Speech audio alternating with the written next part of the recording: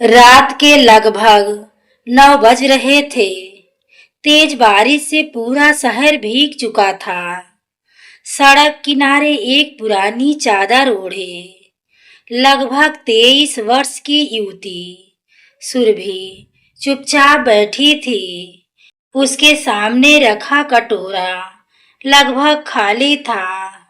राह चलते लोग उसे देखकर आगे बढ़ जाते, पर उसकी आंखों में ना शिकायत थी, ना उम्मीद, बस एक गहरा सन्नाटा था।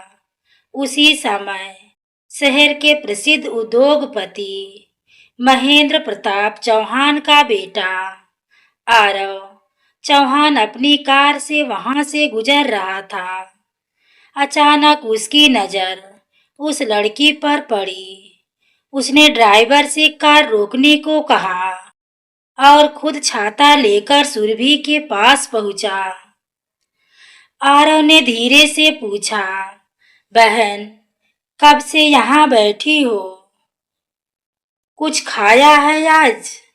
सुरभि ने बिना उसकी ओर देखे धीमे स्वर में कहा, सुबह से 2 रोटियां मिली थी, वही खाकर बैठी हूँ।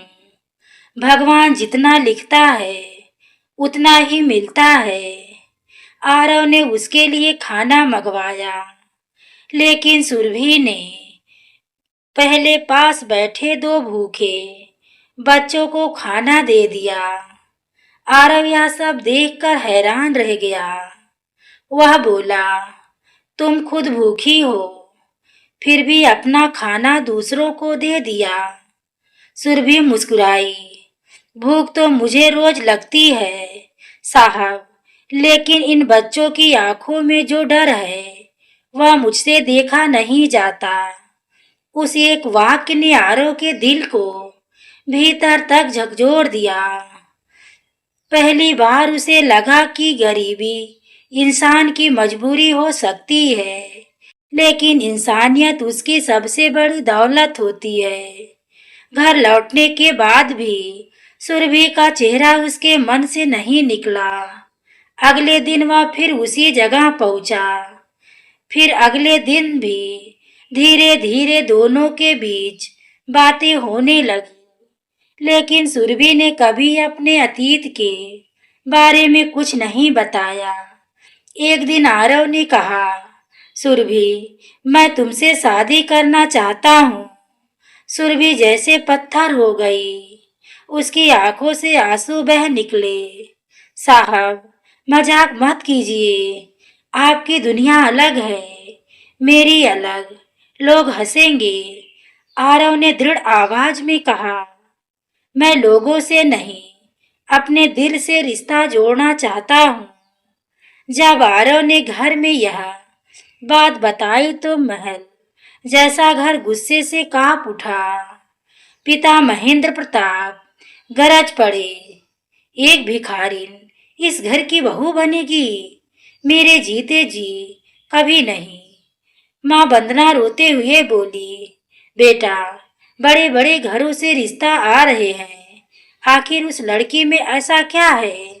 आरव ने शांत स्वर में जवाब दिया, उसके पास पैसा नहीं है माँ, लेकिन ऐसा दिल है जो करोड़ों में भी नहीं मिलता।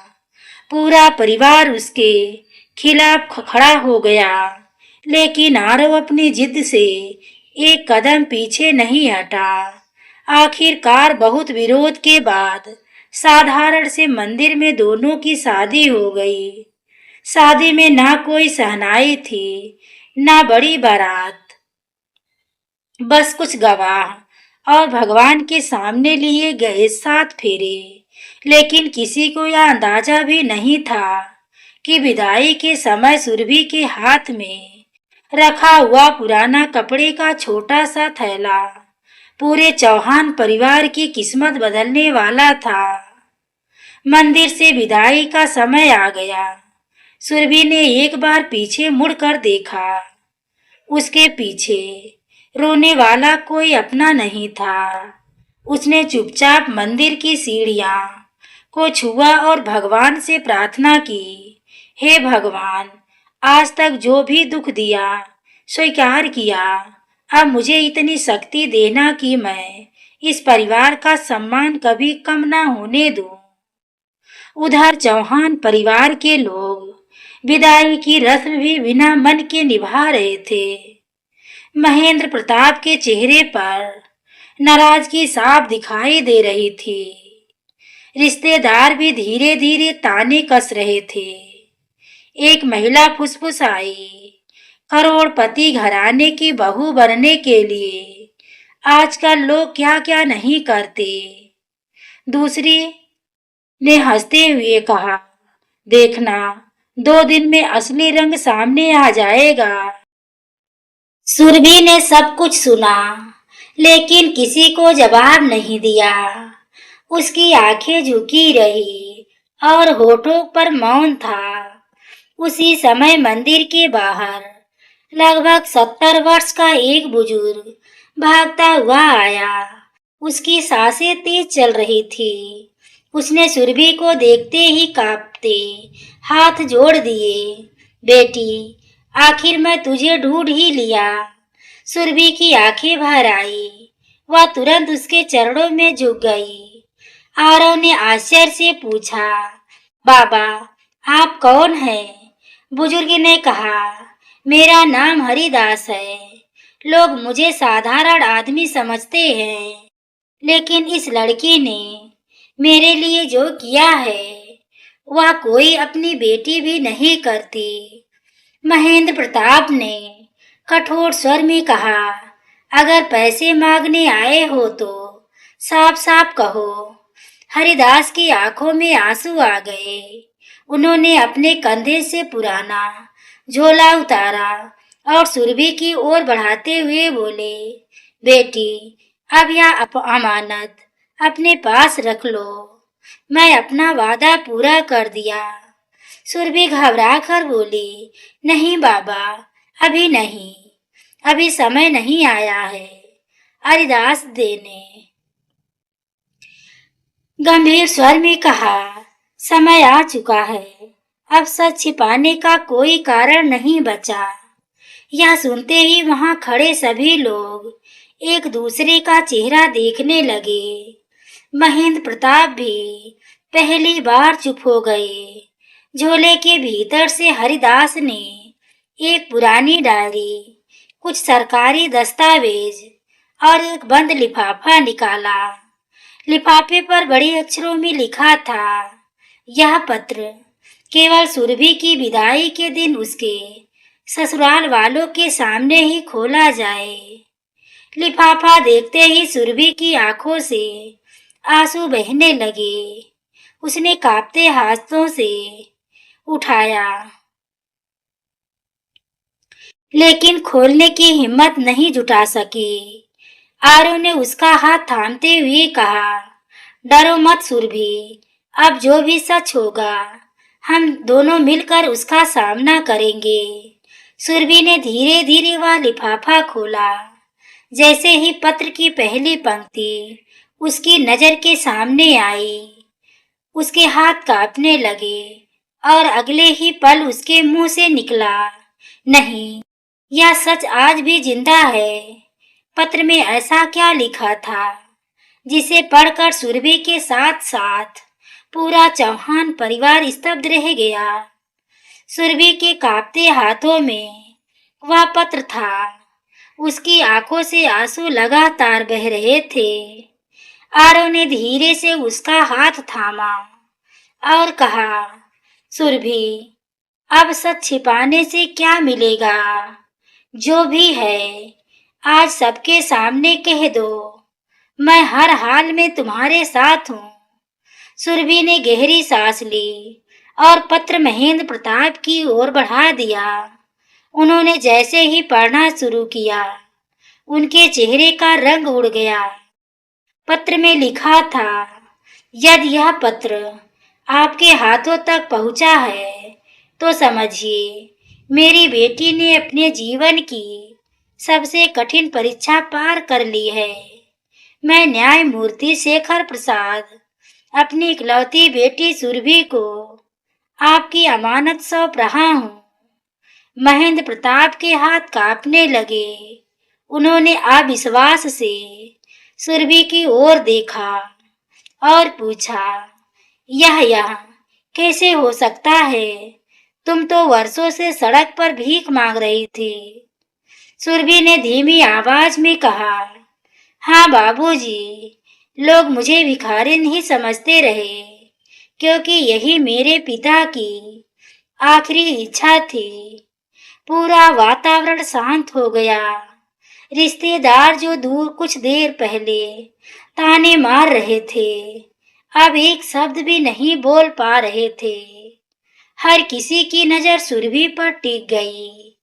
हरिदास आगे बढ़े और बोले, साहब, सुरभि किसी मजबूरी से नहीं, अपने पिता के दिए वचन को निभाने के लिए सड़क पर रही।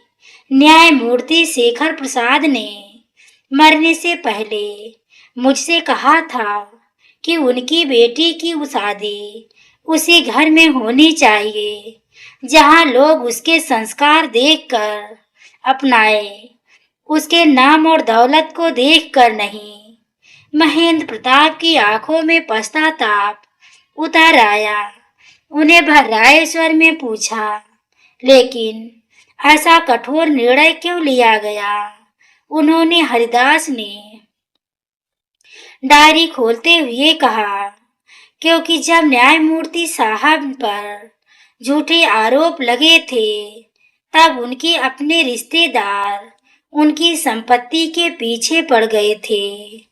उस दिन उन्होंने तय कर लिया था कि उनकी बेटी को वही परिवार मिलेगा जो इंसानियत को दौलत से ऊपर रखे। सुरभि ने आंसू पोंछते हुए कहा, पिताजी, अपनी सारी संपत्ति एक ट्रस्ट के नाम कर दी थी। उन्होंने कहा था कि जिस घर में मुझे सम्मान मिलेगा, वही उस ट्रस्ट का संरक्षक बनेगा। अगर किसी ने मुझे पैसे के लिए अपनाया, तो सब कुछ अनाथ बच्चों को दे दिया जाएगा। यह सुनते ही महेंद्र प्रताप की नजरें झुक गई। उन्हें याद आने लगा कि उन्होंने कितनी बार सुरभि को भिखारन कहकर अपमानित किया था। उनकी पत्नी वंदना भी फूट फूट कर रोने लगी। तभी आरव ने दृढ़ स्वर में कहा, बाबूजी, मैंने सुरभि से कभी उसकी पहचान नहीं पूछी। मुझे उससे प्यार उसके संस्कारों से हुआ था, उसकी दौलत से नहीं। महेंद्र प्रताप की आंखों से आंसू छलक पड़े। उन्होंने कांपते हुए सुरभि के सामने हाथ जोड़ दिए और बोले, बेटी, मुझे माफ कर दो। मैंने तुम्हें बिना जाने बहुत ठेस पहुंचाई। सुरभि तुरंत उनके चरणों में झुक गई और बोली, बाबूजी, बेटी अपने पिता से शिकायत नहीं करती। अगर आज आपने मुझे अपना लिया, तो यही मेरे लिए सबसे बड़ी दौलत है। उसी समय हरिदास ने डायरी से एक और सीलबंद फाइल निकाली और गंभीर स्वर में कहा, अभी एक सच और बाकी है। इस फाइल में वह राज है जिसे जानने के बाद आप सबकी जिंदगी हमेशा के लिए बदल जाएगी। हरिदास ने कांपते हाथों से वह सीलबंद फाइल महेंद्र प्रताप के सामने रख दी। पूरे घर में ऐसा सन्नाटा छा गया कि घड़ी की टिक टिक भी साफ सुनाई दे रही थी। महेंद्र प्रताप ने जैसे ही फाइल खोली, उनके चेहरे के भाव पल भर में बदल गए। फाइल में पुराने दस्तावेज, कुछ तस्वीरें और एक वसीयतनामा रखा था। महेंद्र प्रताप ने आश्चर्य से पूछा, हरिदास जी, इन कागजों का हमारी जिंदगी से क्या संबंध है? हरिदास ने गहरी सांस लेते हुए कहा, बहुत बड़ा संबंध है साहब। आज से 25 वर्ष पहले जब आपकी पहली फैक्ट्री आग में जलने वाली थी, तब न्यायमूर्ति शेखर प्रसाद ने ही सरकारी दबाव और झूठे मुकदमों से आपको बचाया था। अगर उस दिन उन्होंने सच का साथ ना दिया होता, तो आज चौहान उद्योग का नाम भी नहीं होता। महेंद्र प्रताप की आंखें फैल गई। उन्हें वह घटना याद आने लगी। उन्होंने धीमे स्वर में कहा, लेकिन मैं तो उन्हें कभी ढूंढ ही नहीं पाया। उन्होंने बदले में कुछ भी नहीं मांगा था। हरिदास मुस्कुराए और बोले, उन्होंने सिर्फ इतना कहा था कि अगर कभी मेरी बेटी तुम्हारे सामने आए तो उसे बेटी का सम्मान देना। दुर्भाग्य से उनके निधन के बाद यह बात किसी तक पहुंच नहीं सकी। यह सुनते ही महेंद्र प्रताप फूट फूट कर रो पड़े। उन्होंने सुरभि के सामने हाथ जोड़ दिए और बोले, बेटी, मैंने उस महान इंसान का कर्ज उतारने के बजाय तुम्हारा अपमान किया। मैं इस अपराध का बोझ शायद जीवन भर नहीं उतार पाऊंगा।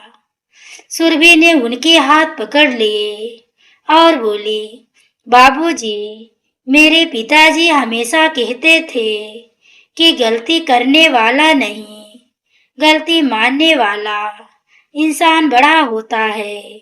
कृपया अपने दोष मत कीजिए।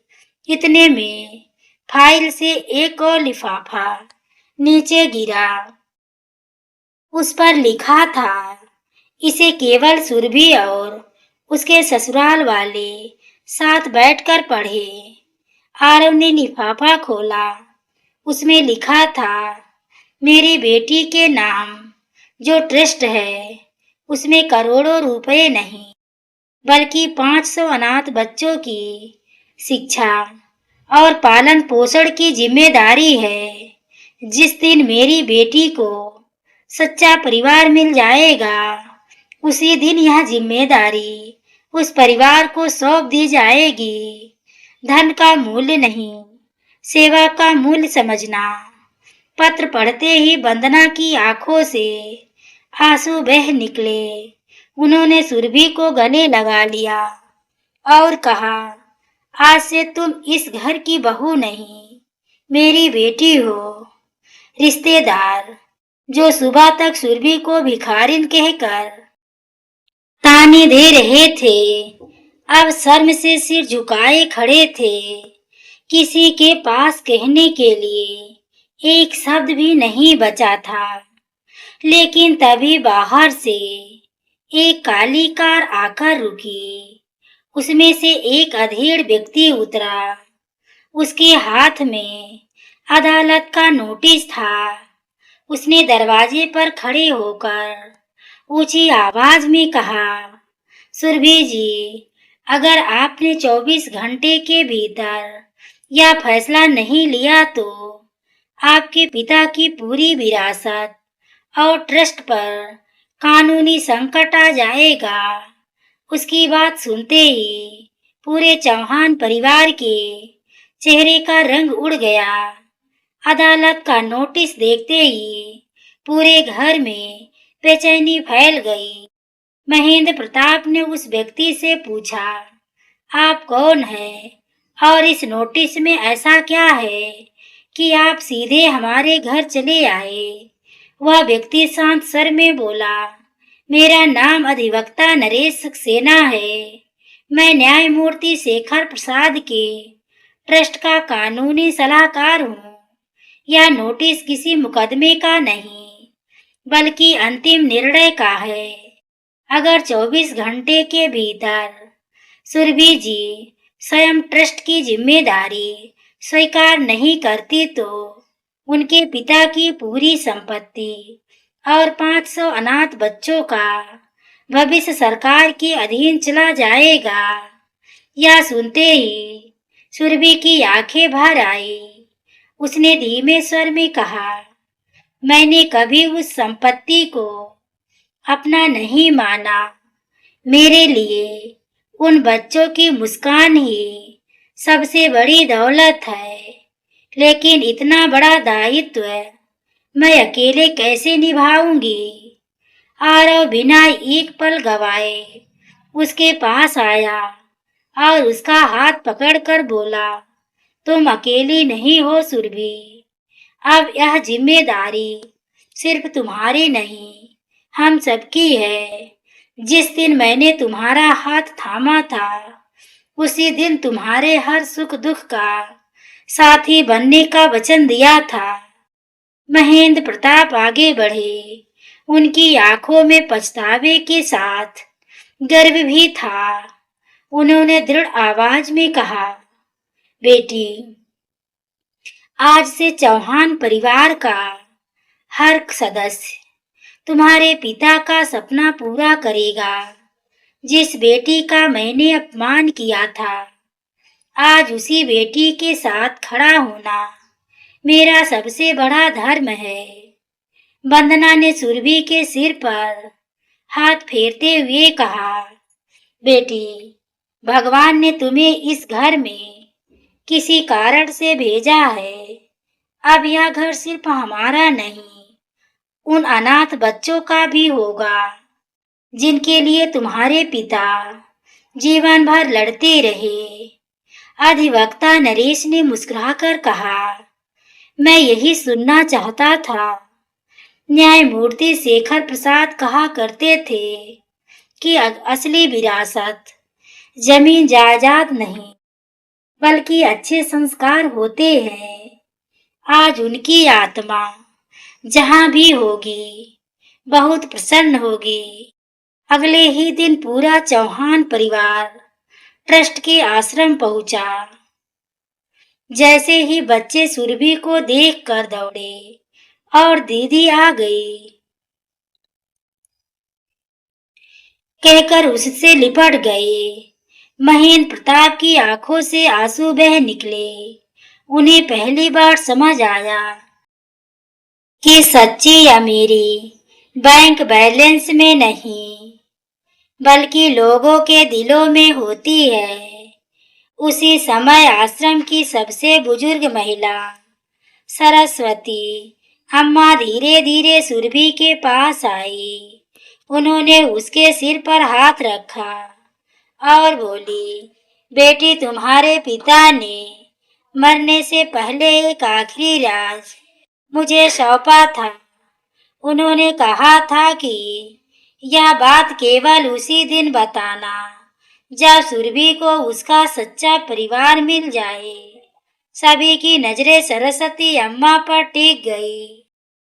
उन्होंने कांपते हाथों से अपनी पुरानी संदूक खोली और उसमें से एक छोटी सी चाबी निकालकर सुरभि की हथेली पर रख दी। इस चाबी के पीछे ऐसा सच छिपा है जिसे जानने के बाद चौहान परिवार की किस्मत हमेशा के लिए बदल जाएगी। सरस्वती अम्मा ने सुरभि की हथेली पर रखी छोटी सी पीतल की चाबी को देखते हुए कहा, बेटी, यह किसी खजाने की नहीं, बल्कि तुम्हारे पिता की आखिरी निशानी की चाबी है।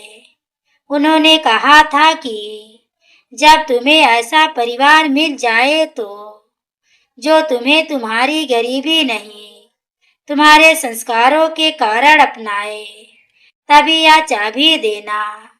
सभी लोग अम्मा के साथ आश्रम के पुराने पुस्तकालय में पहुंचे। वहां एक लकड़ी की अलमारी थी जिसे वर्षों से किसी ने नहीं खोला था। सुरभि ने कांपते हाथों से चाबी ताले में लगाई। ताला खुलते ही भीतर एक लोहे का छोटा संदूक दिखाई दिया। संदूक के अंदर ना सोना था, ना हीरे जवाहरात। उसमें न्यायमूर्ति शेखर प्रसाद की डायरी, कुछ पुरानी तस्वीरें और एक अंतिम पत्र रखा था। सुरभि ने भर्राए गले से पत्र पढ़ना शुरू किया। मेरी प्यारी बेटी, यदि तुम यह पत्र पढ़ रही हो तो समझ लो कि भगवान ने तुम्हें तुम्हारा सच्चा परिवार दे दिया है। मैंने तुम्हारे लिए धन नहीं छोड़ा, क्योंकि धन इंसान को बड़ा नहीं बनाता। मैंने तुम्हें संस्कार दिए हैं। यह तुम्हारा ससुराल तुम्हारे तुम्हें तुम्हारे चरित्र के कारण अपनाए तो समझना कि मेरी परवरिश सफल हो गई। पत्र पढ़ते पढ़ते सुरभि की आवाज भर्रा गई। आरव की आंखें नम हो गई। महेंद्र प्रताप और वंदना सिर झुकाकर खड़े थे। पत्र में आगे लिखा था, महेंद्र प्रताप, यदि यह पत्र आपके हाथों तक पहुंचे तो मैं आपसे कोई कर्ज नहीं मांगता।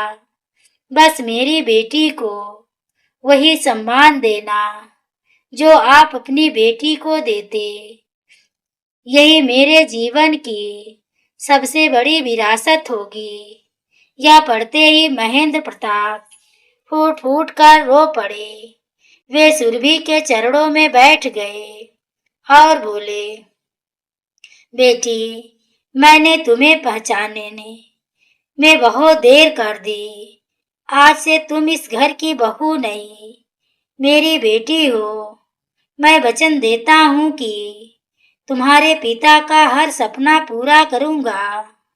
सुरभि ने तुरंत उन्हें उठाकर गले लगा लिया और कहा, बाबूजी, बेटी के रहते पिता कभी सिर नहीं झुकाते। जो बीत गया उसे भूल जाइए। आज से हम सब मिलकर उन बच्चों का भविष्य बनाएंगे जिनके लिए पिताजी जीते रहे। कुछ ही महीनों में चौहान परिवार ने ट्रस्ट की पूरी जिम्मेदारी संभाल ली।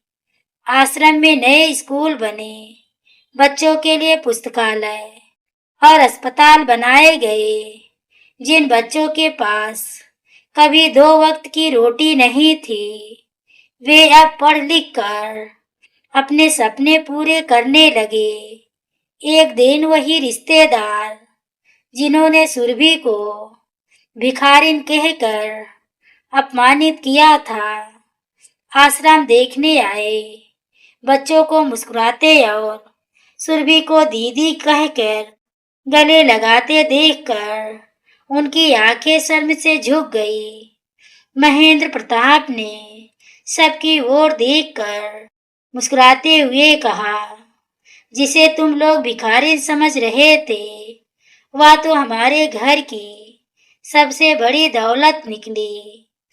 इसने हमारे घर की किस्मत नहीं, हमारी सोच बदल दी। सुरभि ने आकाश की ओर देखा। उसकी आंखों में आंसू थे, लेकिन इस बार वे दुख के नहीं, संतोष के आंसू थे। उसे लगा जैसे उसके पिता कहीं दूर खड़े मुस्कुरा रहे हो। कहानी की सीख, इंसान की पहचान उसके कपड़े, धन या हैसियत से नहीं, बल्कि उसके संस्कार, दया और चरित्र से होती है। जो लोग दिल की दौलत पहचान लेते हैं, उनके घर की किस्मत सचमुच बदल जाती है। तो दोस्तों, ये कहानी अगर आपके दिल को छू गई हो तो वीडियो को लाइक, शेयर, हाइप करना ना भूलें। धन्यवाद।